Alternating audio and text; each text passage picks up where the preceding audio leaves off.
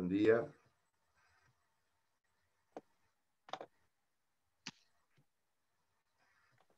Buenos días, Oscar. Vamos a esperar que se conecten todos y voy a esperar también a Fede y a Maca para presentarnos. Nosotros somos los ayudantes. Perfecto. Ahí está Fede. Hola, Fede. Vamos Buenos a esperar que días, ¿qué aparezcan los tal? alumnos.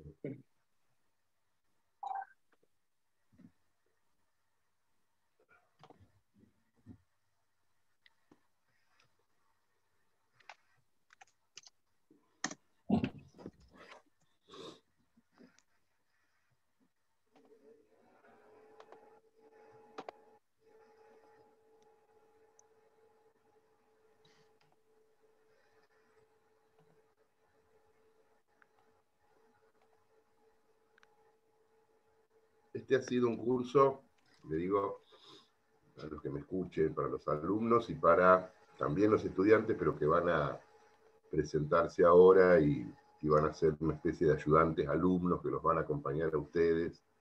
Yo ahora los voy a dejar para que charlen un rato entre ustedes. Les explico, es un curso que había muchísimos anotados, pero que empezaron a cursar menos de la mitad, había como 40 y pico anotados. Nunca tuvimos más de 17, 18, y después del parcial quedaron 7 u 8. Esa es la realidad de este curso. Los que quedaron son buenos, dormilones, pero buenos.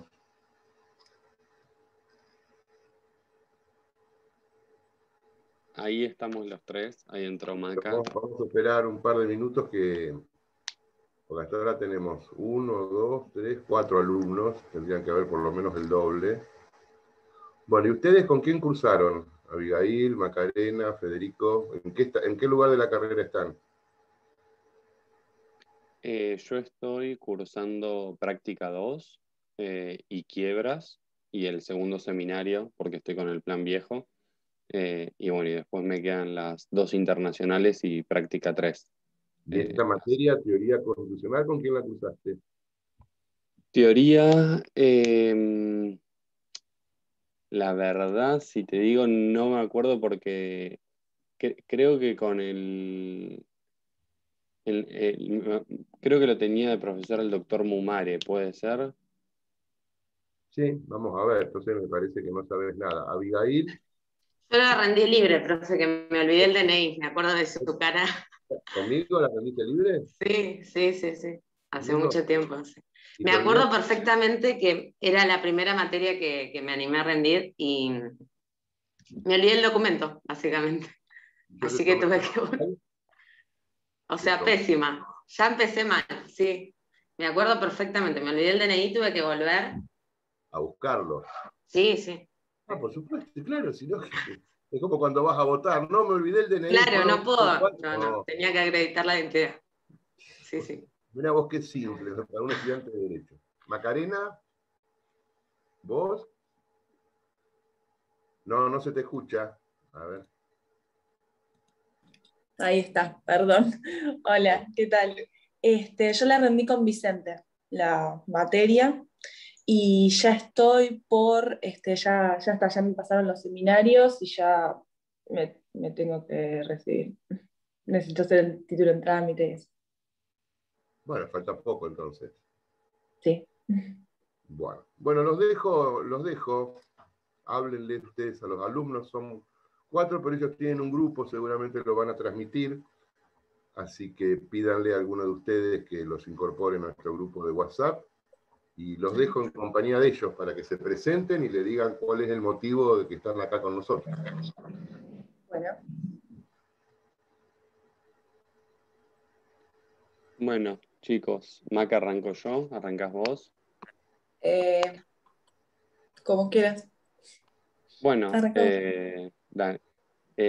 chicos, la idea, nosotros somos Maca, Avi y Fede, como mencionaba el doctor también. La idea es que los podamos estar acompañando este último pedacito que queda del cuatri.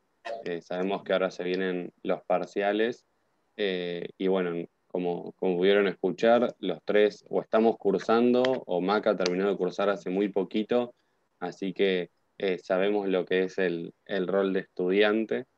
somos pares suyos totalmente, sabemos lo que son las fechas, los días previos a los parciales, porque nos pasa que no llegamos, que cada vez falta menos tiempo y parece que son más los contenidos.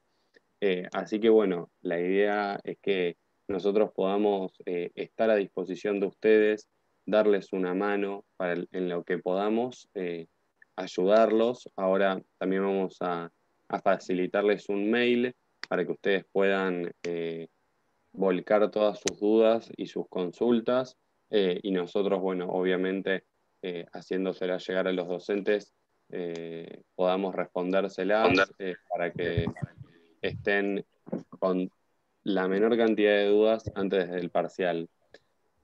Nada, sepan que pueden contar con nosotros, ya les digo, en lo que podamos, en lo que sea para ayudarlos para que lleguen de la mejor forma a los parciales y obviamente también para que disfruten la materia, porque también de eso se trata. No se trata simplemente de ir, cursar, rendir y aprobar, sino también de disfrutar lo que uno estudia, porque por algo lo hemos elegido, por algo estamos todos acá en la misma facultad, por algo vamos a ser todos colegas en el futuro, porque nos gusta, porque nos apasiona el derecho. Obviamente a veces hay materias que más, hay materias que menos, pero bueno, en el caso de constitucional es una materia fundamental porque de la Constitución nacen prácticamente todas las demás normas y leyes de nuestro país. Así que bueno, como les decía recién, en lo que ustedes precisen, vamos a estar a disposición. Chicas. Maca, ahí ¿seguís vos? Ay, perdón. Bueno, no, está bien. Bueno, ahí les mandé al chat el mail, ¿sí? Ahí tenemos hablando. Ustedes ahí nos pueden hacer cualquier consulta, nosotros se las vamos a llegar a hacer, se las vamos a hacer llegar a los profesores, se las vamos a responder lo más pronto posible, cosa de que sea ágil y tengan una respuesta ahí bien armadita. Así que nada, nos pueden escribir ese mail con cualquier duda que tengan, y les vamos a responder. Bueno, chicos, básicamente era eso para presentarnos y que ya sepan que estamos de su lado, como decía Fede, ¿no? Vamos a acompañarlos en este último trayecto que queda. Y es muy importante que, bueno, que si van teniendo dudas, vamos trabajando porque ya estamos próximos al parcial y para que nos dejen también ayudarlos, ¿sí? Es muy importante que concentremos todo el contenido ahí, por eso no pusimos este mail, porque los tres vamos a tener acceso al mismo. Y bueno, sepan que estamos a disposición, pero vamos a concentrar todo a este mail que les dejamos acá escrito. No sé si los chicos tienen alguna consulta o alguna duda en relación al rol, o bueno, en el caso también de que alguno, esperemos que no, pero si alguno llega a perder la materia y la quiere rendir libre en el invierno, también vamos a estar a total disposición para ayudarlos, para ayudar a organizarse, para consultas de la materia.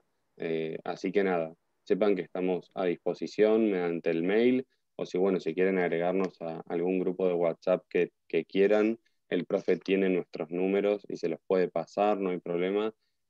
Así que ya les digo, para lo que precisen, estamos a disposición. Bueno, muy bien, gracias. Son una especie de ayudantes alumnos. Me parece una muy buena idea que estudiantes avanzados con otra visión de la carrera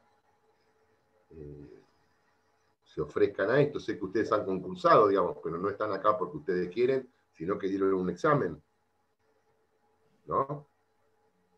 Así es, hemos concursado. ¿Y cómo hemos fue? Hecho todo el trámite administrativo. ¿Cómo fue el examen ese? No, la verdad, de mi parte, debo decir que fue muy fructífero, muy llevadero. Hay que animarse a estas cosas que brinda la facultad. Uno dice, no, estoy ante docentes, inclusive estaba la decana, pero hay que animarse porque la verdad que fue una experiencia hermosa. La verdad, muy agradecida por la oportunidad. Y la verdad que no, es para recomendarlo y para que todos se animen a hacerlo, ¿no? Estamos todos en la posibilidad.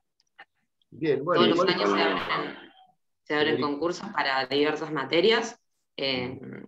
no solo teoría constitucional, inclusive creo que se agregaron más materias el año pasado. Bueno, se había postergado el trámite por el tema de la pandemia, luego recibimos un mail todos para llevarlo a cabo de manera virtual, y bueno, fue sí, un examen, te avisan igualmente con tiempo todo el tema de los requisitos, y bueno, la verdad que fue más que nada una charla muy llevadera, no fue para nada tensa, súper recomendable. De mi parte les recomiendo que averigüen, que participen de todas estas oportunidades, porque quieran o no, es ir construyendo nuestro futuro. Bueno, muy bien. ¿Algo para agregar, Macarena, Federico? En relación al concurso, lo mismo que decía Avi, yo también me presenté para rendir Elementos, que es su teoría, su metodología, me parece, mi vieja Elementos de la actuación profesional, y fueron dos concursos totalmente diferentes. El de metodología era como iba muy al hueso de la materia, y el de teoría, la verdad que era otro clima, otro ambiente, te sentías mucho más cómodo, podías decir y opinar un montón de cosas, comentar las ideas y los proyectos que cada uno tenía. Es una gran diversidad, y bueno, y de hecho si ustedes ya están en teoría es porque han aprobado Derecho Político y Teoría General del Derecho, que también pueden concursar para ser ayudantes alumnos. Así que ténganlo en cuenta para más adelante, para cuando se renueven las ayudantías, porque nada, por ahora con Avi y con Maca, que estuvimos armando los proyectos, es una linda experiencia, viene siendo una linda experiencia, y recomendable. Así que bueno, doctor, me parece que no sé si alguno de los chicos tendrá alguna duda, pero si no, creo que ya estamos.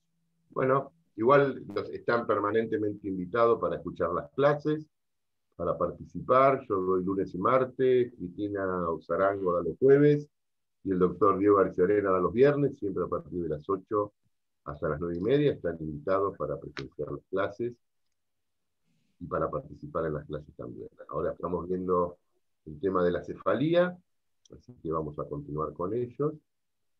Y bueno, y si no hay más preguntas, continuamos. Y yo sé también por qué hay pocos alumnos, porque yo ayer les di algo para averiguar, y cada vez que les decimos que tienen que averiguar algo, ahora es más fácil, ¿no? Porque evidentemente apagan la cámara, no los conocemos, es una cara que vemos. Este sistema es muy malo, no sé si ustedes estarán de acuerdo o no, por ahí para ustedes que son más jóvenes, la tecnología, pero el derecho es presencial. El derecho es presencial, la enseñanza es presencial, la atención del cliente, cuando ustedes se reciban, la atención del cliente es presencial.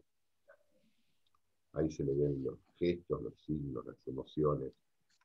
Y bueno, cada vez que les pedimos que averigüen algo, no aparecen a la mañana. Problema de ellos. Yo siempre digo, nosotros damos todas las posibilidades, pero los que entran a la cancha son ustedes. Y si les dije que averigüen por qué tenemos, digamos, por qué se modificó, cuándo se modificó la ley de acefalía, por qué tuvimos un presidente que duró más de 4 años, que tiene que ver esa ley de acefalía en su última reforma, con un presidente como Néstor Kirchner, que no cumplió un mandato de 4 años, sino que tuvo mucho más tiempo, 4 años y varios meses, y bueno, muchos, la mitad, el 50% de los participantes del día de ayer no aparecen hoy, lo cual valoro mucho a los que aparecen y me baja mucho la consideración con los que no aparecen, porque el rol de alumnos, y ahora que ustedes tienen 3 alumnos avanzados en la carrera, el rol de alumnos es importante. Entonces, poner la cara, estar, comprometerse, es importante. Bueno, seguimos con lo nuestro. Estábamos viendo acefalía, vimos la ley 252, vimos el motivo por el cual en 1868 se sancionó, y ahora les dije ayer, bueno, esta ley se modificó en 1975, entonces yo les preguntaba qué había pasado en 1974, 1 de julio de 1974. Sí, Federico, ¿querías hablar? Sí, perdón, yo a esta hora curso práctica 2, así que me Vas a retiro. cursar. Eh, así por lo menos, que justo ya estamos cerca de los parciales. No hay problema, no hay problema. Todos pueden. Gracias. Yo sigo con Profe, eso. seguimos el contacto por WhatsApp, ya estamos agregados al grupo interno que tenemos y vamos a seguir trabajando por ahí. Bueno, perfecto. Que tengan un buen día. Gracias, hasta luego. Entonces, seguimos viendo lo que estábamos viendo ayer. ¿Qué pasó en 1974 que significó que un año después, en 1975, se modificara la ley? Y ayer lo dijeron bien, fue la muerte del presidente. Imaginen, bueno, todos, decíamos ayer también, todos presumían que la presidenta que lo reemplazó, o sea, vicepresidenta en ese momento y presidenta que lo reemplazó, tenía un pedido de juicio político, había sectores de la política argentina que pedían su renuncia, era un gobierno débil, había graves problemas económicos, pero sociales más que nada, ya había en 1975 un proceso de guerrilla interno, había enfrentamientos entre ejército y fuerzas no oficiales, inorgánicas, y se modifica la ley. Siempre nos planteamos, bueno, supongamos que hubiera sido destituida, o que hubiera renunciado esa presidenta, quizás era lo que hubiera correspondido. Se tendría que haber aplicado la ley 252. ¿Y cómo finalizaba la ley 252? Con un proceso electoral. Dentro de los 30 días, el presidente provisorio debía convocar a elecciones. Estamos en 1974 o 75.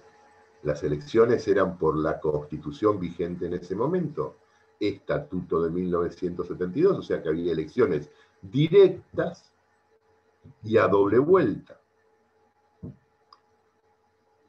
Eso no ocurrió. Eso es todo lo que debería haber ocurrido, estaríamos mucho mejor todos, pero no ocurrió. ¿Qué ocurrió en cambio? La presidenta no fue destituida, la presidenta no renunció, y el Congreso de la Nación modificó la ley 252. ¿Para qué? Porque estarían pensando que podía haber un proceso de acefalía, indudablemente. Y sancionó la ley 20.972, que es la que yo les dije que busquen. ¿La buscaron? A ver, ¿la buscaste, Dumila? ¿Qué nos podés decir de la ley? Sí. Encontré que lo que había cambiado es que justamente con la nueva ley se quita el proceso electoral y se lo cambia por una elección llevada a cabo en el Congreso, es decir, por los diputados y senadores, en vez de por el pueblo. Pequeña cosa.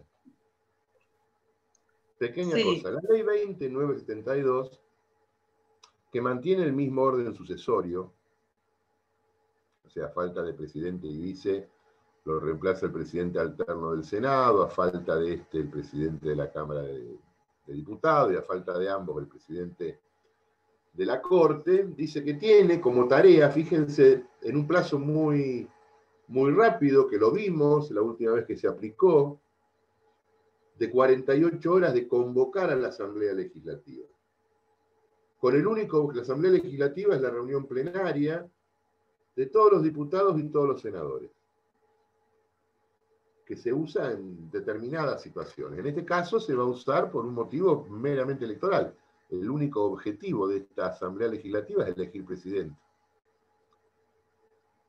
Establece un plazo de convocatoria muy rápido, 48 horas, y un quórum muy alto, 2/3 partes de los miembros de cada Cámara.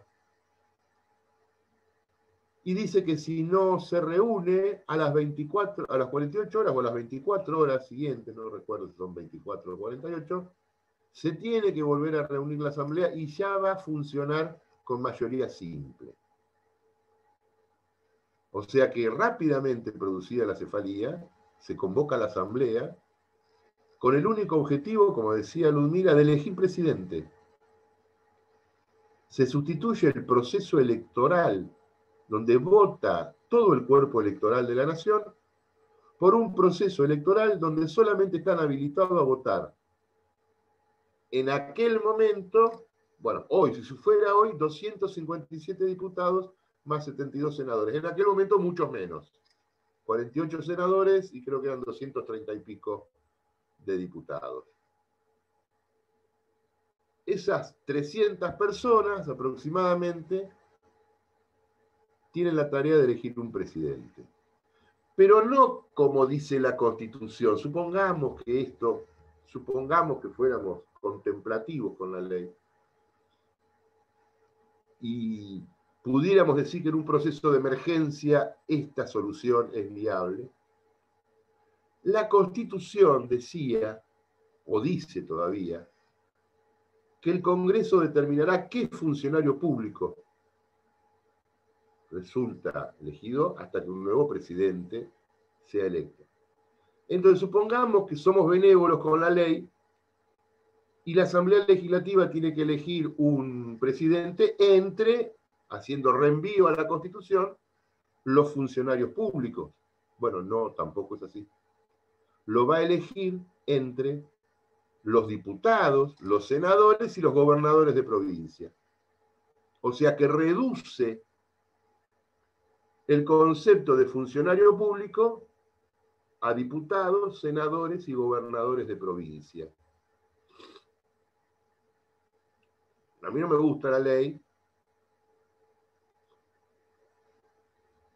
tiene sus fundamentos políticos, pero a mí no me gusta. Primero porque sustituye un proceso electoral amplio por una elección en un marco de asamblea. Segundo, porque reduce el concepto de funcionarios públicos, que hoy en el país serán 6.000, 7.000, 8.000 funcionarios públicos nacionales, solamente a diputados, senadores y gobernadores, menos de 320, 330. O sea que lo eligen entre ellos. La política es la que está llamada a solucionar este conflicto. Pero esa es la visión de hoy. ¿Qué visión había en 1975? Se veía que la presidenta se caía, o se destituía, o renunciaba. Se quiso evitar el proceso electoral. Se quiso evitar el proceso electoral porque el oficialismo perdía.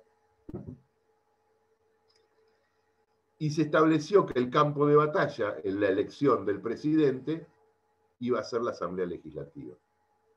No olviden ustedes, cuando analizan una ley en su contexto histórico, tener todas las visiones. En aquel momento, yo ya lo dije, creo que por tercera vez, lo digo ahora, regía el Estatuto de 1972, que no solamente establecía elecciones para presidente y vice en forma directa, sustituyendo al colegio electoral, sino que aparte, en la conformación de las cámaras, los mandatos eran completos. No había elecciones intermedias. No había elecciones intermedias. Los integrantes de la Cámara de Diputados y Senadores que existían en 1975 eran los que habían sido elegidos en 1973. Los diputados por 4 años, los senadores creo que se había bajado a 6, pero fíjense que no había elecciones intermedias. En el 1975 no hubo elecciones. No se renovó la mitad de la Cámara de Diputados. El diputado entraba y duraba 4 años, y después se elegía. O sea que se habían eliminado en esa reforma constitucional, llamada así entre comillas, se habían eliminado las elecciones intermedias. O sea que el escenario político que tenía que resolver el conflicto en 1975 representaba el proceso electoral de 1973. Por más que hubieran perdido adhesión en la opinión pública. Los que tenían que resolver este eventual conflicto, que hubiera sido la renuncia o la destitución de la presidenta, eran los que habían sido elegidos en el 73, en otro contexto político. Por eso esta ley es muy particular, porque decidió que resolver el problema se resolvía desde la política, con los actores elegidos en el 73, diputados y senadores, y poniendo en la discusión a los gobernadores. ¿Por qué a los gobernadores?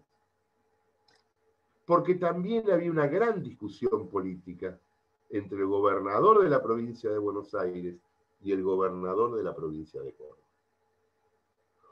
Uno representaba, el de la provincia de Buenos Aires, a la extrema derecha del partido gobernante en ese momento, y otro representaba al gobernador de Córdoba a la extrema izquierda del partido gobernante en ese momento, y era todo un conflicto, aparte el país era un conflicto.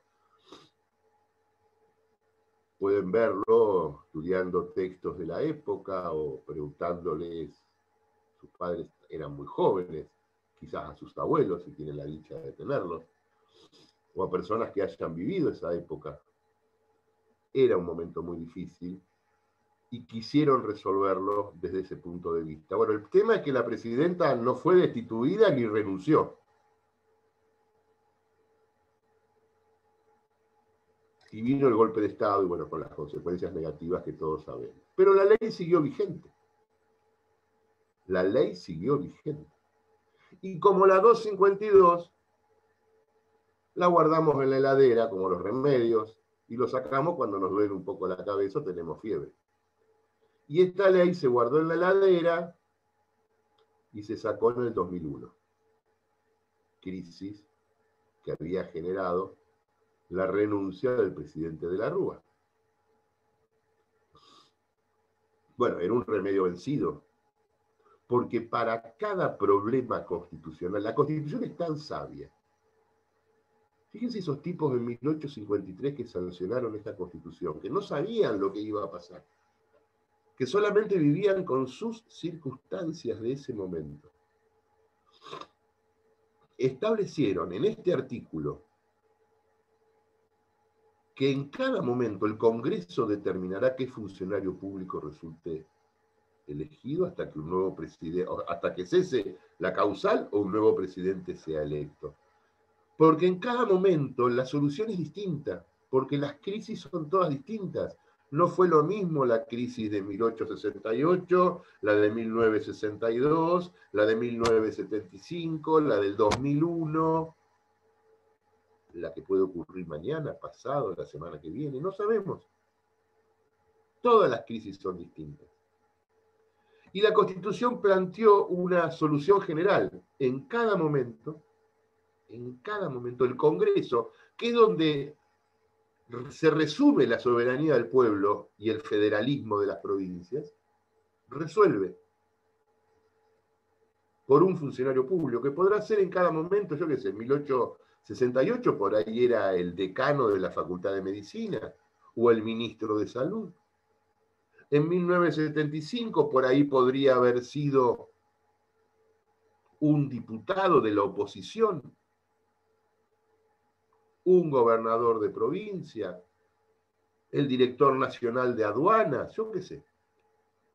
En el 2001 podría haber sido cualquiera, ojalá no pase nunca, pero si pasa mañana, en cada momento el Congreso resuelve. La ley, lo que quiso la ley es quitarle esta facultad constitucional y procedimentar el tema, ordenarlo, procedimentarlo. Lo hizo la 252 porque había un grave conflicto, no se ponían de acuerdo, entonces, bueno, estableció un orden sucesorio y le dijo al presidente alterno, vos en 30 días convoca elecciones. En la 20972 mantuvo el orden sucesorio y le dijo al presidente alterno, convocá asamblea en 48 horas y elegí un presidente. Pero no andes perdiendo tiempo entre los diputados y senadores. El campo de batalla era la Asamblea Legislativa y los gobernadores de provincia. Entre nosotros elegimos un presidente. Llega el 2001, se aplica la ley 20972 y fíjense que hay dos asambleas legislativas. Una en donde es electo el gobernador de la provincia de San Luis, Rodríguez Sá, por la Asamblea Legislativa. A los 7 días renuncia, estando acá en Mar del Plata, en Chapadmalal. Se convoca de vuelta a la Asamblea Legislativa y eligen a un senador por la provincia de Buenos Aires. que era Duhalde, que ya había sido hace tiempo gobernador, pero en ese momento era senador por la provincia de Buenos Aires y lo elige a Duhalde. Hasta ahí, todo bien. No hace un mal gobierno Duhalde, integra, arma un gabinete de emergencia, convoca personas de todos los partidos, hace acuerdos políticos. Pero vienen las elecciones del 2003. Se acerca el proceso electoral del 2003. Y todos sabían que los candidatos eran Menem, por un lado, Menem Romero, Menem que había sido ya presidente, y Romero, que era el gobernador de Salta. Por otro lado, Kirchner Scioli, Kirchner que había sido gobernador de Santa Cruz, y Scioli, ex vicepresidente de Menem, gobernador de la provincia de Buenos Aires. Bueno, Scioli sirve para todo, digamos, ahora es embajador en Brasil, es multifacético. Y después venía López Murphy, dirigente liberal, de derecha, de centro derecha, de la ciudad de Buenos Aires, y Rodríguez Sá, y algunos más. Lo cierto es que van a las elecciones, bueno, van a las elecciones, gana Menem, saca el 24%, segundo sale Kirchner con el 22%, tercero creo que sale López Murphy, y después Rodríguez Sá, y después Carrió, y después Moró, bueno, una serie de personajes de esa época. No hay segunda vuelta, grave problema, no hay segunda vuelta, porque el que va entre los dos candidatos tenían que ir a la definición, y Menem opta, como sabía que perdía, o presumía que perdía, retira su candidatura y no se cumple la Constitución, porque la Constitución dice que el presidente se lo elige a doble vuelta, y acá elegimos un presidente sin doble vuelta, que tampoco cumplió con las dos excepciones de la ley, más del 45% o más del 40%, con una diferencia de 10 sobre el segundo. O sea, no se dio ninguna de las situaciones que contempla la Constitución. Fue electo el presidente Kirchner. En el medio de todo este conflicto, se vuelve a modificar la ley de acefalía. ¿Lo viste, Ludmila, eso? Sí, vi dos leyes que se dictaron en ese periodo. La primera creo que es en 2002, cuando se realizan o 2003, que se realizan las elecciones, pero se tiene que adelantar, se adelantan las elecciones a presidente. Justamente por lo que usted decía, ¿no? Y también había visto que había tenido influencia el hecho de que la policía en 2002, a finales de 2002 me parece, había asesinado a dos protestantes y herido como a 30 personas más, y eso había generado una gran conmoción en la sociedad. Entonces como que estaban dejando mal parada a Duhalde, y ahí también eso influye en que adelante las elecciones, y se dicta una ley que es la 25.516, creo, si no me estoy olvidando ahora. No importa el número. Bien, bien, bien, bien. Que justamente establecía que el presidente que resultara electo en las elecciones primero iba a completar el periodo de 1999, que era el periodo en el que se sucedieron muchos presidentes y demás, que en realidad Duhalde tenía que completarlo hasta el 10 de diciembre de 2003. Pero al adelantarse las elecciones, termina asumiendo Kirchner el 25 de mayo de 2003. Entonces, la ley establecía que del 25 de mayo al 10 de diciembre de 2003, Kirchner iba a responder completando el mandato de 1999. Y finalizado ese periodo, hasta 2007, hasta el 10 de diciembre de 2007, iba a responder por el mandato para el que fue electo, o para el que teóricamente estaba siendo electo. Un disparate, un disparate, un disparate. ¿Qué pasó? Duhalde seguramente hubiera sido candidato,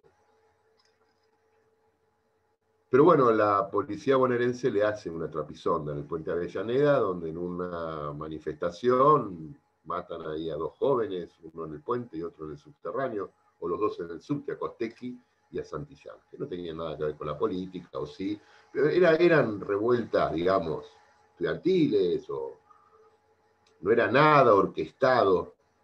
Lo que fue orquestado fue la represión policial, porque eso afectaba directamente al gobierno nacional.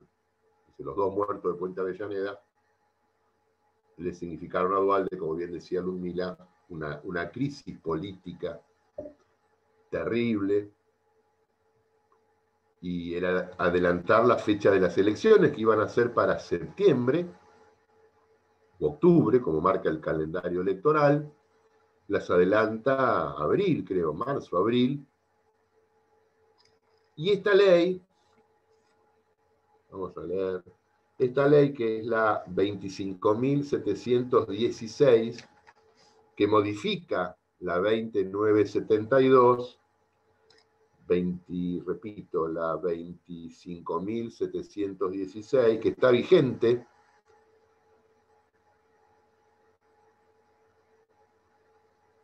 le modifica el artículo 4, entre otros, y dice al final, la determinación, bueno, cuando la Asamblea tiene que elegir, la determinación recaerá en un funcionario que reúna los requisitos del artículo 89, o sea, la edad, etcétera, etcétera, y desempeña alguno de los siguientes mandatos populares: senador nacional, diputado o gobernador, y le agregan: en caso de existir presidente y vicepresidente de la nación electos, estos asumirán los cargos. 7 de enero del 2003, antes de las elecciones, que fueron en marzo o abril. O sea que en enero, 3 meses antes de las elecciones, ya decía que en caso de existir presidente y vice, estos asumirán los cargos de acéfalo. Y después, párrafo siguiente, la ley dice: el tiempo transcurrido desde la asunción prevista en este artículo hasta la iniciación del período para el que hayan sido electos, no será considerado en los efectos de la prohibición prevista en el último párrafo del artículo 90 de la Constitución. ¿Qué dice el último párrafo del artículo 90?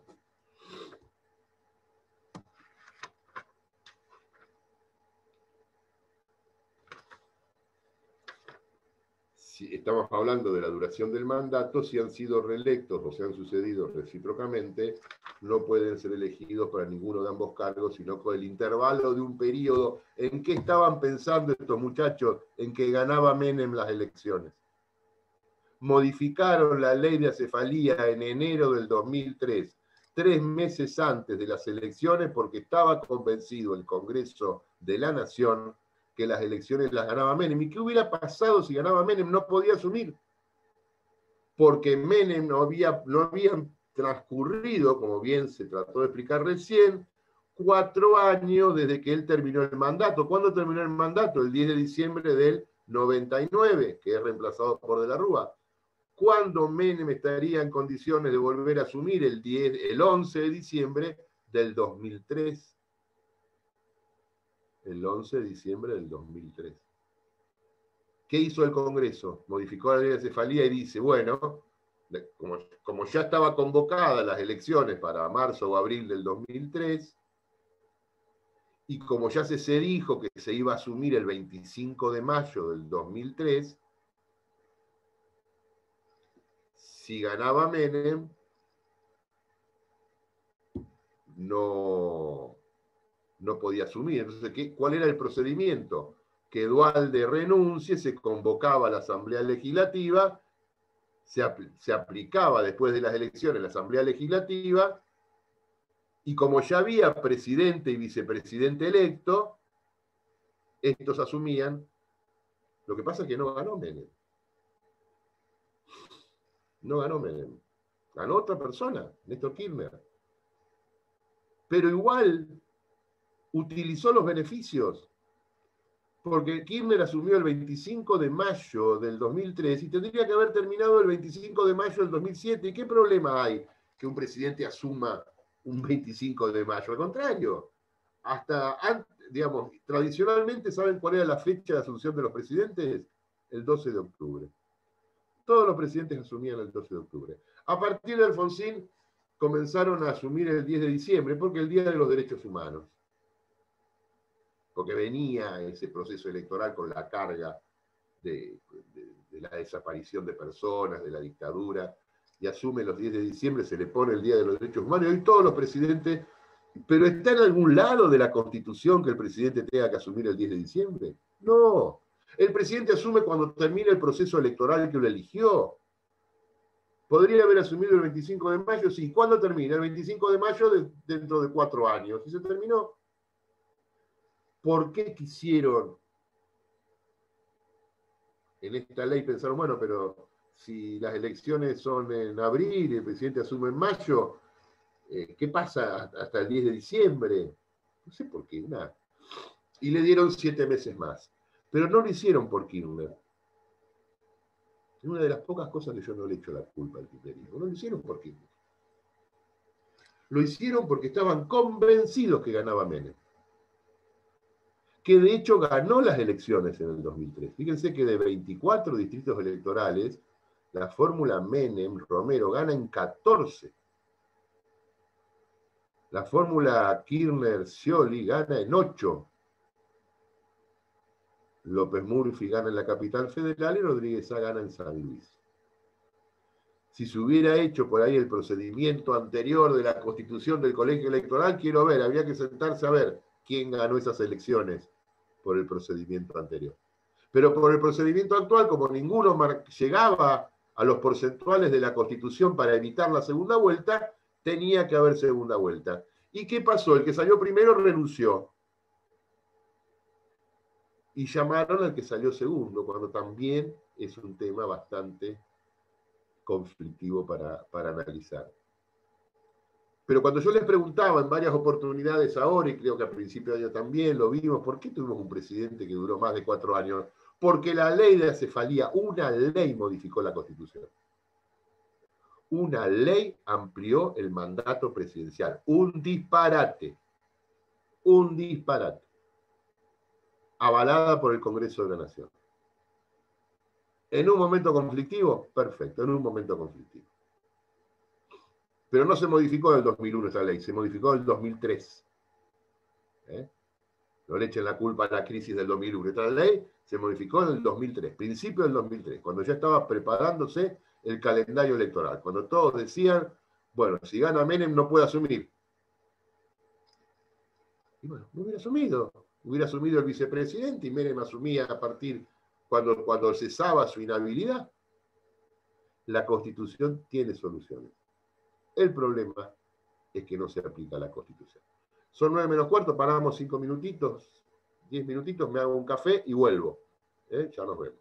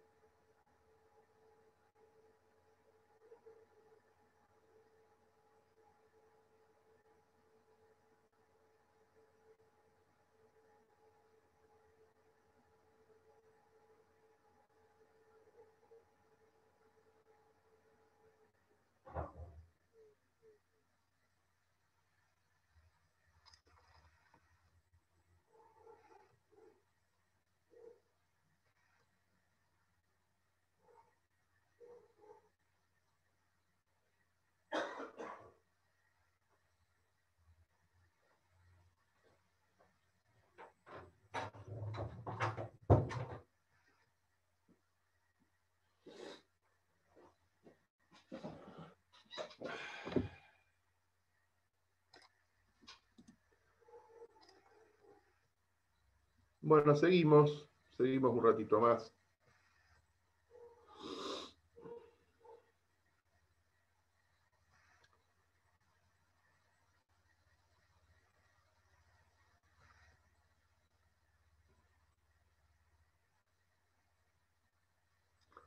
A ver los otros dos que están ahí escondidos, se ponen la cara. Bueno, para terminar con el tema de la cefalía, entonces, no sé si Ludmila tenés algo más para aportar, que estuviste leyendo la ley.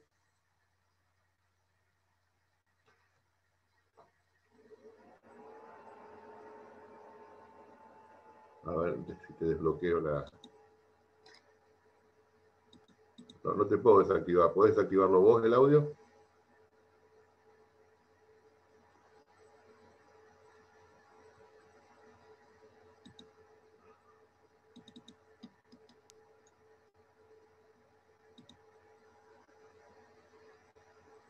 No. No sé por qué. No sé por qué no te puedo sacar el... A ver, ¿lo podés hacer vos? Desactivar, activar el audio. Ahí. Profe, ahí está. Sí. Bien. ¿Algo más para agregar de este tema de la cefalía? ¿Viste algo más? Había visto eso. Vi qué pasaba con el tema de la elección del funcionario en la ley 29.972, 20.972. que es decir, ¿cómo? 20.972. Sí, que establecía las mayorías, como era el tema de las mayorías, y qué pasaba en caso de empate. Contalo, a ver, contanos. Creo que era mayoría absoluta para que quien resulte electo asuma directamente. Se requería la mayoría absoluta, y en caso de empate entre dos personas, se procedía nuevamente a la votación, y si en esa vuelta se producía nuevamente el empate, debía elegir creo que el presidente provisional del Senado, ¿Quién presidiera la quién asamblea? debía...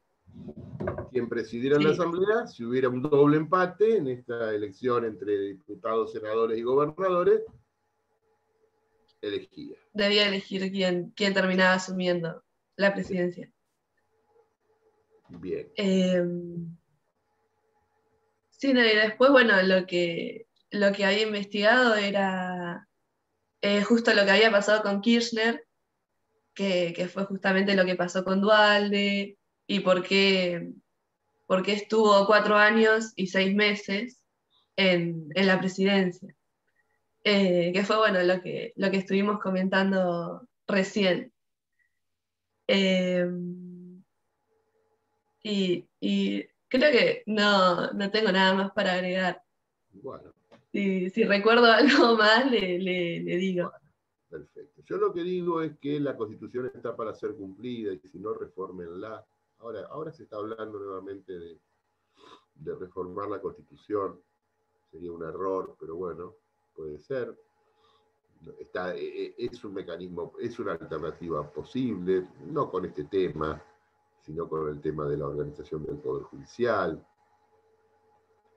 Lo van a ver o pregúntenle seguramente al doctor García Arenas si están viendo Poder Judicial.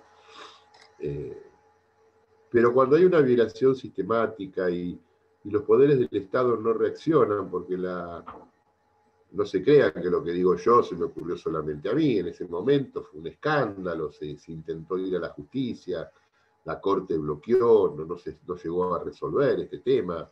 ¿Cómo una ley va a hacer una prórroga de mandato? Cuando la Constitución es muy clara, que la duración del mandato es de 4 años, por ley no puede establecerse la no aplicación de la última parte del artículo 90. En la presunción de que la persona, se decía que era para garantizar la libertad y la igualdad en el proceso de participación electoral.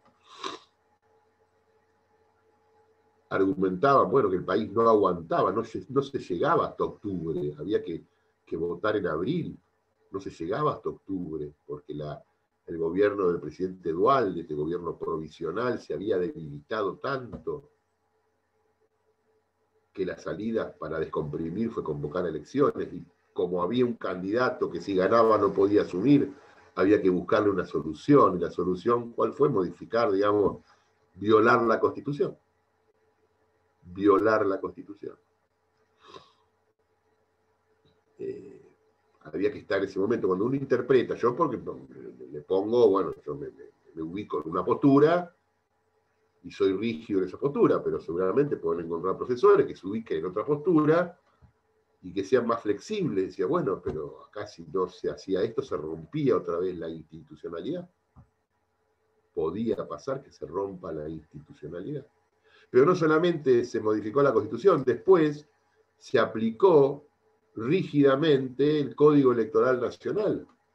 Porque fíjense que, bueno, ponele, como dicen los chicos ahora, ponele que está bien ampliar los 7 meses de mandato, pero no hubo doble vuelta. Lo vamos a ver seguramente a partir de la semana próxima. Procedimiento de elección de presidente y vice. No hubo segunda vuelta, porque la ley electoral dice que si una de las dos fórmulas que tienen que ir al balotaje renuncia, se proclama la que no renuncia.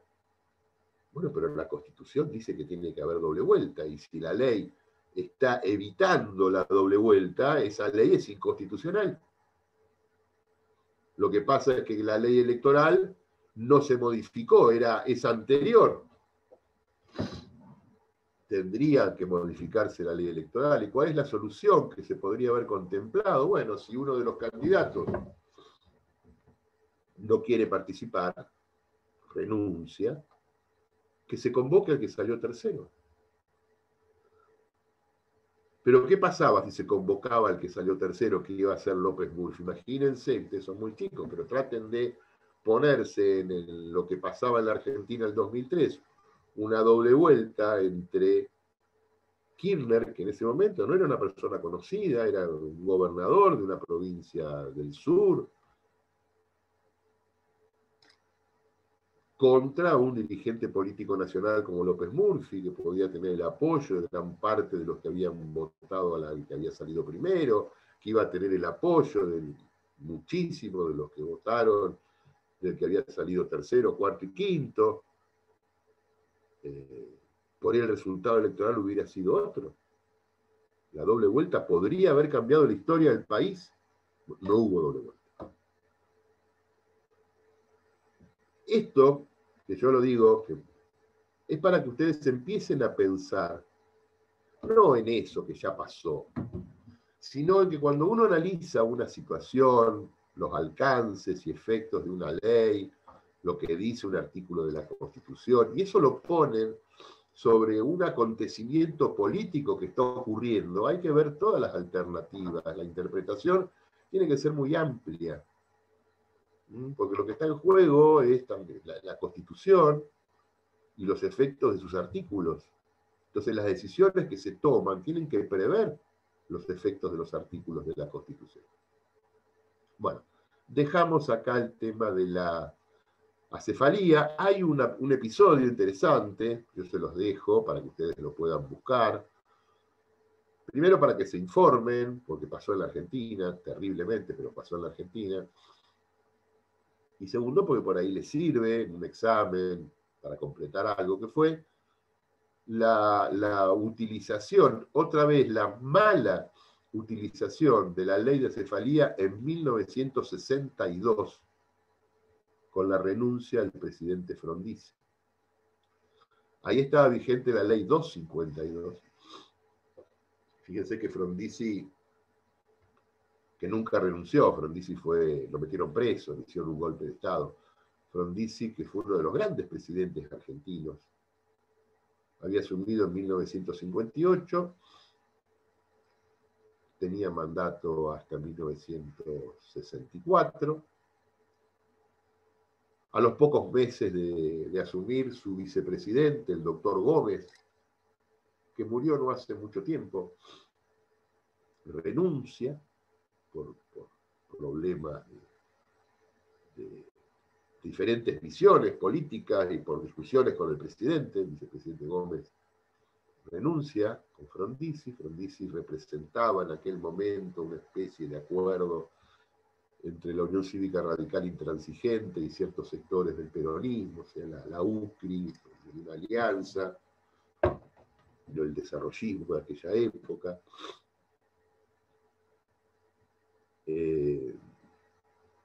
Y tuvo 32 intentos de golpe de Estado. Las Fuerzas Armadas de aquel momento le hicieron 32 intentonas de golpe de Estado. No podía gobernar. Hasta que la última triunfa. Lo arrestan en la Casa de Gobierno y se lo llevan preso a la isla Martín García. La isla Martín García es una isla que queda diferente al puerto de Buenos Aires, que ahora, un día que estén de gusto un fin de semana en Buenos Aires, tómense el barquito, vayan a visitarla. Fue un viejo leprosario, hubo guerras entre españoles, ingleses, hubo combates. Es un lugar muy histórico, hay un hotelito, un lugar para comer, se pueden quedar un fin de semana.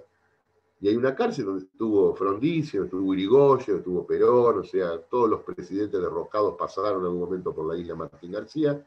Hoy es un lugar de visita turística, pero tiene una historia interesantísima. Entonces Frondizi lo arrestan y se lo llevan a Martín García, no tenía vicepresidente.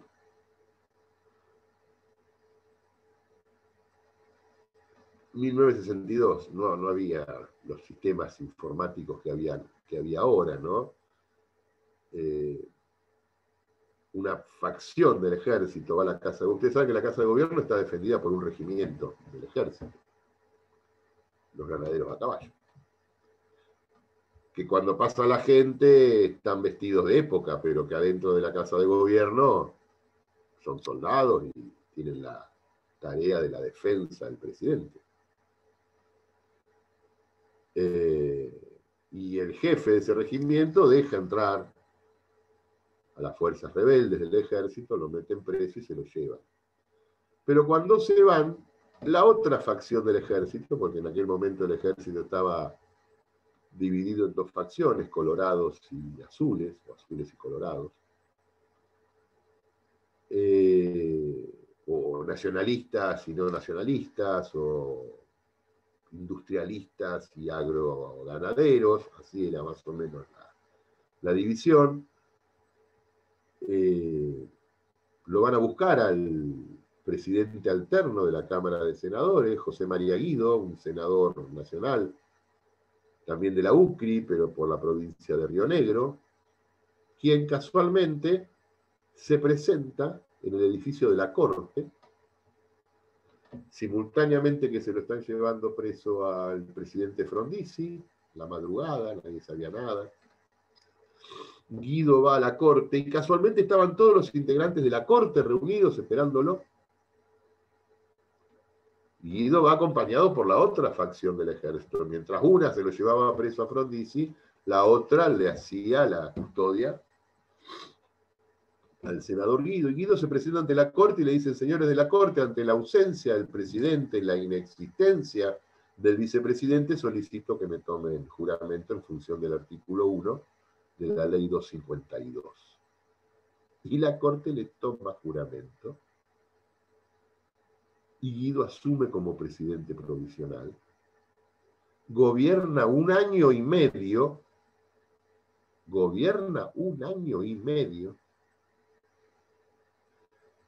Convoca elecciones, son las que gana Ilia. Proscribe la participación de partidos políticos, de dirigentes políticos. Tiene un gobierno muy conflictivo porque hay conflictos, enfrentamientos entre facciones del ejército, de las Fuerzas Armadas, de un lado y del otro. Pero el tipo convoca elecciones, lidera el proceso electoral y le entrega los atributos del mando al presidente Ilia en 1963. ¿Cómo está Guido? ¿Cómo llega Guido? Por la ley de acefalía. La vieja, mal aplicada. ¿Por qué? Porque el presidente Frondizi no se había muerto, no estaba enfermo, no se había ausentado de la capital, no fue destituido por el Congreso y no renunció. No se dio ninguna de las 5 causales de la primera parte del artículo de la Constitución.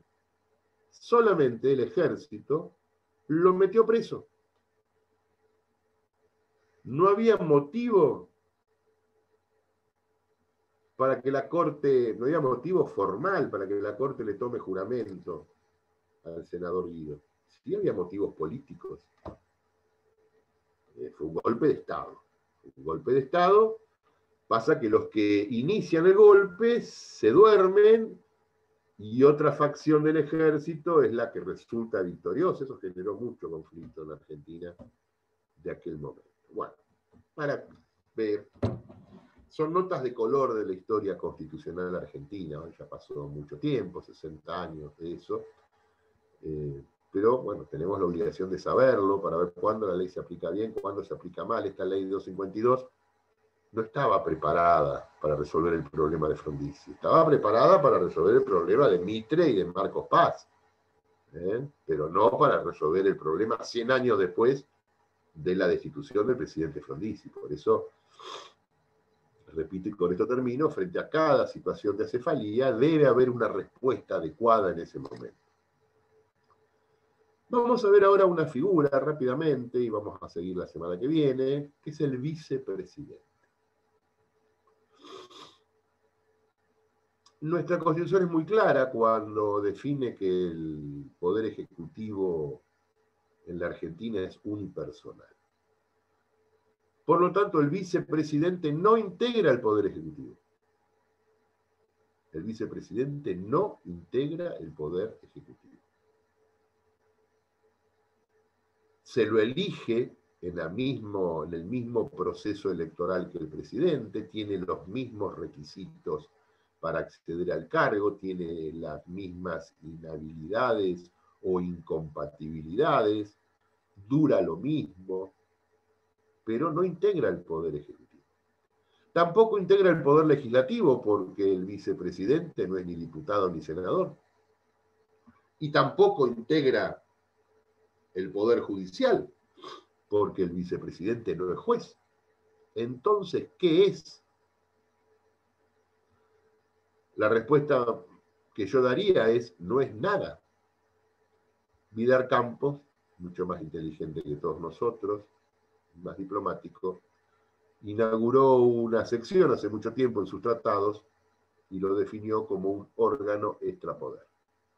Igual que tantas otras cosas que uno no sabe dónde poner en la Constitución argentina, las definimos como un órgano extrapoder, porque sabemos claramente que el vicepresidente no forma parte de ninguno de los poderes del Estado. Tiene solamente dos funciones. Tiene dos funciones. Presidir el Senado, pero aparte lo preside no solamente desde el punto de vista del orden de las sesiones, sino que lo preside también desde el punto de vista administrativo. Es el que ejecuta el presupuesto del Senado, es el que lleva adelante todas las relaciones con el personal, con la infraestructura edilicia, con los automotores, pero también con el orden de las sesiones, es el que paga los sueldos, o sea, es el administrador, el presidente del Senado, desde el punto de vista del orden de las sesiones legislativas y desde el punto de vista del funcionamiento administrativo, edilicio, de su biblioteca, etcétera, etcétera, etcétera. Preside el Senado y en este rol solamente vota en caso de empate. ¿Cuántas veces votó algún vicepresidente en la Argentina? ¿Alguien sabe? Porque si tiene esta tarea fundamental de votar en caso de empate, la pregunta es ¿cuántos empates hubo en la historia argentina? No le erro por mucho si digo que son dos. Los que generaron conflicto, no sé si ha habido más. Uno, bueno, el todo conocido de hace algunos años, el de la resolución o el decreto 125, donde el vicepresidente Cobos definió, y otro pero definió en contra del gobierno Cobos, y el primero que se ve suscitado era el del vicepresidente Eduardo Madero. ¿Vieron el Puerto Madero en Buenos Aires? Puerto Madero fue toda una gestión política que hizo un señor, Eduardo Madero, que fue vicepresidente, no recuerdo de quién, y que también, presidiendo una sesión del Senado, hubo un empate y definió, pero a favor del gobierno. El vicepresidente Madero, que pobre, no lo conocen tanto como vicepresidente, pero sí, cuando todos van a Buenos Aires, qué lindo Puerto Madero, bueno, el hombre es el que en algún momento llevó adelante el tema del puerto, eso, desarrollo portuario, si ustedes no lo conocen, no lo han visto, pero antes había grúas, había galpones, era toda una actividad portuaria que quedaba ahí a las puertas de Buenos Aires. Bueno, entonces el presidente define las elecciones en caso de empate, procesos así de votación en el Senado en caso de empate. Esa es una tarea. Y la otra tarea es reemplazar al presidente en forma temporaria o definitiva en caso de acefalía.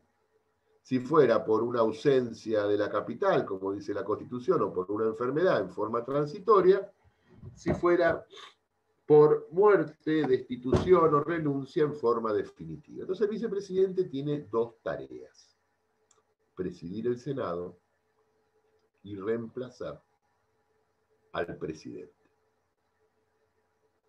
Muchos países no tienen la figura del vicepresidente y son más sabios que nosotros.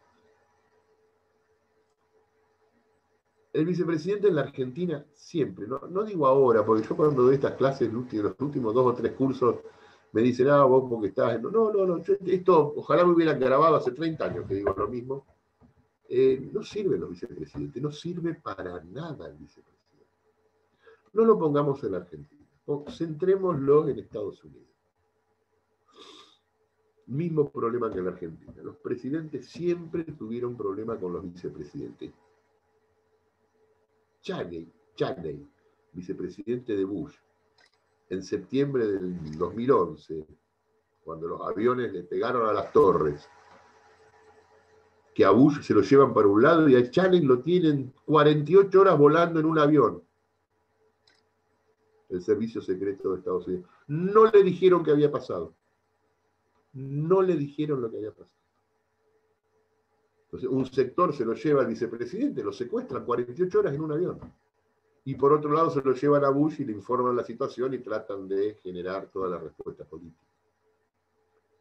No tenía trato Cheney con Bush. Ahora en HBO, si tienen HBO o tienen Flow, o algún hay una película, Vice, vicepresidente. Es una película de un vicepresidente americano, muy interesante. Creo que está. Y su relación, de cómo llega desde ser empleado del Congreso hasta cómo llega a ser vicepresidente. Son personajes complicados los vicepresidentes. Porque ¿alguno hizo deporte de ustedes? ¿Alguno hace deporte? ¿Juegan a algo? ¿A qué juegan? Yo jugué al básquet, profe. ¿Eh? Jugué al básquet. Al básquet. Y cuando estabas en el banco, ¿qué querías hacer? Y jugar. ¿Querías entrar? ¿Alguno hace deporte colectivo? Cuando uno es suplente. Cuando uno juega al fútbol, juega al rugby, juega al básquet, y estás viendo el partido de afuera, ¿qué querés hacer? ¿Qué querías hacer vos cuando estabas afuera de la cancha, Federico? Entrar de una. Bueno, los vicepresidentes también. Los vicepresidentes también, todos. Es mentira que digan que no. Todos quieren entrar, de una, como decía. Entonces hay países más inteligentes que nosotros en donde se ha eliminado, o de hecho nunca ha existido, la figura del vicepresidente. Hay otros países que tienen 2 vicepresidentes, como la Constitución de Venezuela. No sé a quién le ha tocado, después lo vamos a empezar a ver. Entonces, países que tienen 1 como el nuestro, países que tienen 2. En Venezuela los vicepresidentes los elige el presidente, en otros lugares lo elige la gente, en otras constituciones no hay. Pero en Argentina siempre ha sido conflictivo, desde el primero, o sea, desde Salvador María del Carril, vicepresidente de Urquiza, o el general Pedernera, vicepresidente de Derqui, con todos los problemas que tuvo Derqui con Pedernera, o Carlos Pellegrini, con Juárez Selman, que después Carlos Pellegrini fue presidente, para mí el mejor presidente de la Argentina, pero ¿de dónde viene? Vino de la vicepresidencia. O Gómez con Frondizi, que lo vimos recién, le renunció a los 6 meses. O Chacho Álvarez con De la Rúa. O Martínez con Alfonsín, que tenían una muy mala relación. O Perete con Ilia. Perete no se hablaba. Perete, vicepresidente, vivía en el Hotel Savoy, a la vuelta del Congreso. No se hablaba con el presidente. No tenía trato Ilia con Perete. O Scioli con Menem. O con Kirchner, mejor dicho, Scioli fue vicepresidente de los dos. Un día llegó Scioli a la Casa de Gobierno y le habían cambiado la cerradura a la oficina. El vicepresidente quiso abrir con su llave la oficina y no entraba. Y pregunta, ¿qué pasó? Y un granadero dice, mire señor, esto ya no es más suyo, tiene que irse a otro lado. Salió corriendo a alquilar una oficina, porque no le habían cambiado la llave de su oficina al vicepresidente. Y eso pasó en la Argentina. O Cobos con Cristina, que después no le habló más cuando votó en contra en la 125. Macri y Michetti, ¿ustedes lo vieron abrazarse alguna vez? ¿Lo vieron a Macri tratar bien a Michetti? ¿La vieron a Michetti hacer algo relevante? No me quiero meter en esto de ahora. Pero hasta esto de ahora, siempre el vicepresidente había sido una figura relegada. Siempre era la compensación. Cuando existían los grandes partidos políticos nacionales, llámese Unión Cívica Radical y el peronismo, que hacían internas nacionales para elegir sus candidatos, por lo general los acuerdos eran que los sectores más débiles de esas alianzas ocupaban el cargo de la vicepresidencia. Así le pasó a Alfonsín y Martínez. Y por lo general también los grandes partidos nacionales acomodaban sus procesos electorales internos para designar candidatos, haciendo acuerdos entre provincias. Cuando el candidato era de la provincia de Buenos Aires, el vicepresidente era del interior, o al revés. Fíjense el menemismo, Menem de La Rioja, el vicepresidente Duhalde de la provincia. O Alfonsín de la provincia, Martínez de Córdoba. Siempre había equilibrios. El vicepresidente venía como a equilibrar federalmente la fórmula. Últimamente eso se ha perdido. Pero tradicionalmente siempre era un equilibrio entre un candidato o de la capital o de la provincia y otro candidato de Córdoba o de Rosario, de cualquier lugar, Tucumán, que tuvo muchos presidentes y vicepresidentes. Entonces el vicepresidencialismo es una figura que no aparecía en ningún lado el vicepresidente. Era un conflicto, no le invitaban a las reuniones, desconfiaban de él, no participaba de las reuniones de gabinete, no acordaba, porque por lo general venía de un sector interno distinto del presidente, cuando era del mismo partido. Y cuando era una alianza, eran competidores. Fíjense lo que le pasó de la Rúa con Chacho Álvarez, competían permanentemente, provenían de dos partidos políticos distintos. Y por lo general siempre han tenido problemas. Fíjense ustedes que cada vez que hubo una vacancia en la vicepresidencia, nunca se convocó a elecciones para completarla. Y la Constitución expresamente lo dice. ¿Cuándo se produce una vacancia en la vicepresidencia? Cuando el vicepresidente muere o renuncia, o cuando el vicepresidente asume como presidente por muerte o renuncia del presidente, pero queda la vacante. Y nunca en la historia argentina, se convocó a un proceso electoral para llenarla. Algo nos está diciendo eso. Algo nos está diciendo. En este momento la vicepresidenta también ejerce un rol político porque es ella quien antes del proceso electoral designa o determina quién es el candidato a presidente. Eso nunca había ocurrido en la historia argentina. Siempre el vicepresidente fue una persona débil políticamente. Hoy tenemos una vicepresidenta más fuerte políticamente que el presidente. Que es también otro problema, porque la gente se pregunta quién gobierna. De tener un vicepresidente históricamente en la Argentina que no trascendía, salvo por los problemas políticos que pudiera tener con el presidente, a tener un vicepresidente que trasciende porque es más importante, es el dueño de los votos y el dueño de las decisiones. Por una cosa o por la otra, sigo pensando que es una institución que habría que rever su existencia. Porque como dice Federico, el que está afuera lo único que quiere hacer es entrar.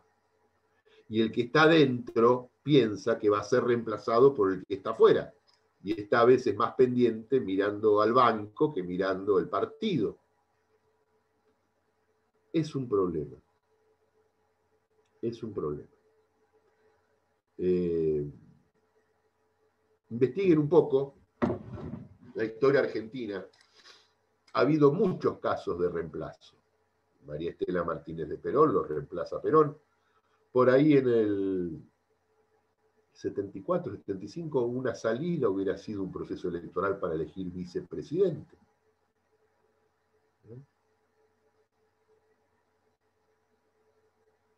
Menem tuvo como vicepresidente a Duhalde. Duhalde le renunció. Después fue candidato a gobernador de la provincia. Pero no se hablaban Duhalde y Menem. Pero todos los partidos han tenido este problema. Los gobiernos radicales también. Alfonsín no se hablaba con Víctor Martínez. Víctor Martínez era un dirigente histórico a quien Alfonsín le había ganado la interna, o había acordado con ese sector de Línea Córdoba, pero después Víctor Martínez no tenía relación con el presidente. Bueno, Cristina Conco. Yo digo la historia reciente, para no irnos al siglo XIX. Sarmiento y Alsina.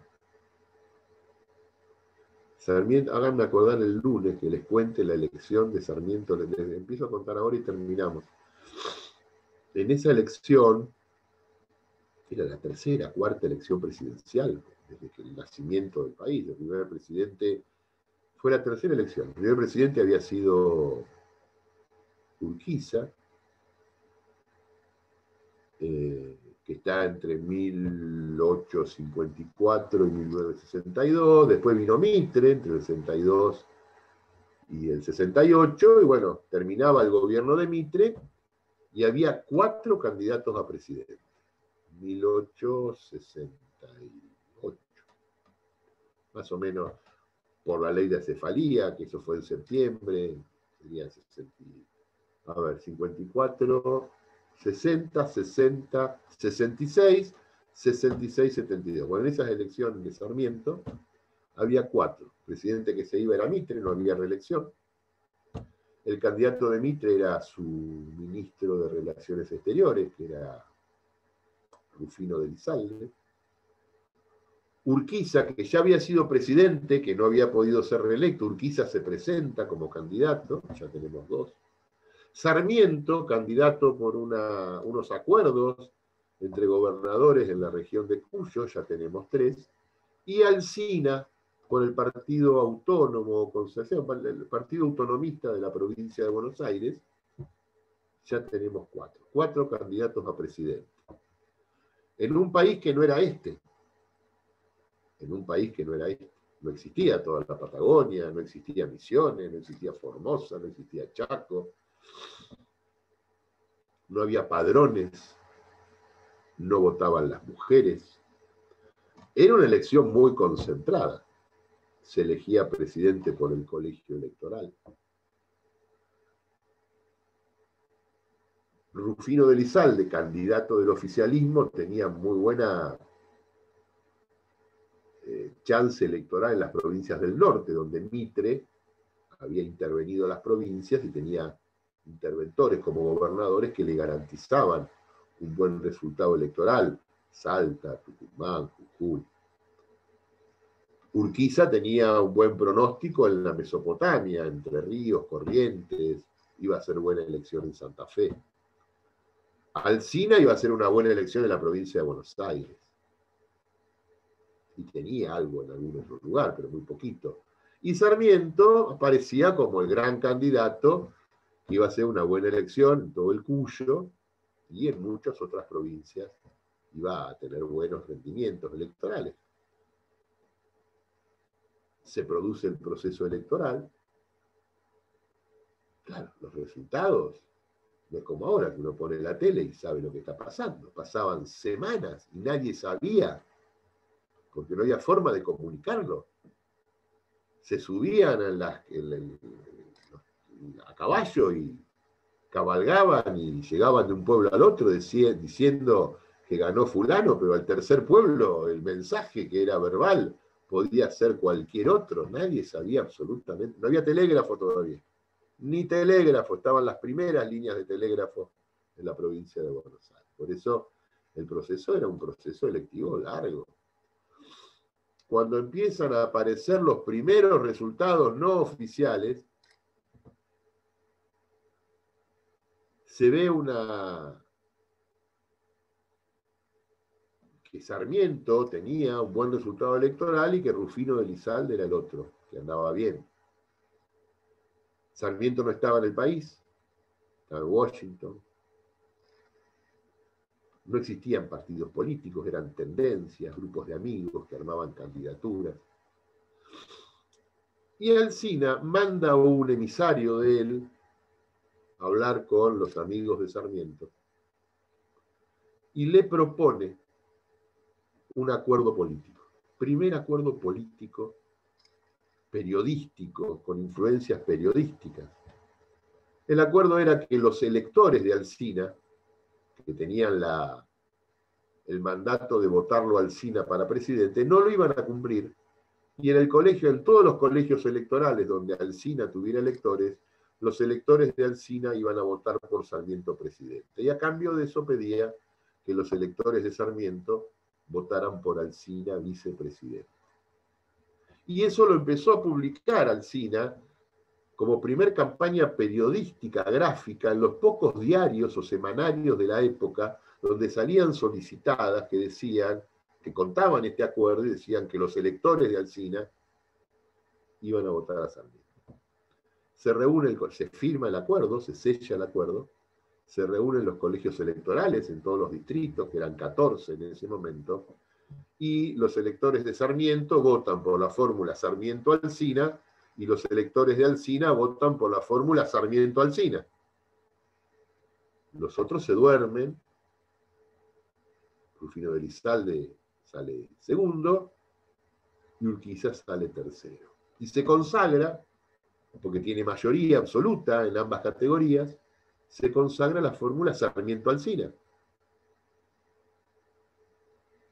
Sarmiento no hablaba con Alsina. Sarmiento en los 6 años de presidente no pidió un solo día de licencia para que Alsina ejerza provisoriamente el poder ejecutivo. Pero el objetivo de ambos era que no gane el mitrismo, Rufino de Elizalde.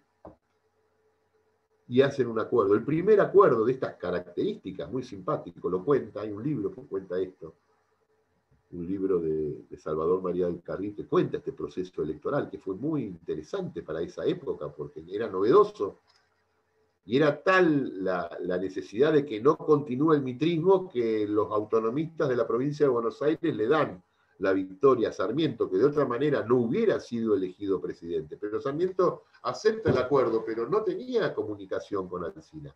No lo deja sentar un minuto como presidente provisorio, digamos. Si él se tomaba unas vacaciones o si él estaba enfermo. Durante 6 años fue a trabajar absolutamente todos los días. Primero porque le gustaba el trabajo, seguramente fue un gran presidente, y segundo porque tampoco quería que Alsina ejerciera el poder ejecutivo, aunque sea en forma temporal. Bueno, les dejo esta historia, pueden buscarla, es muy interesante, y nos vemos el lunes que viene. Cualquier cosa me avisan por el chat, si tienen el mail de estos estudiantes que los van a ayudar a ustedes y a los que no han venido, pónganlo también en el chat que tenemos y que tengan una buena semana. Hasta luego.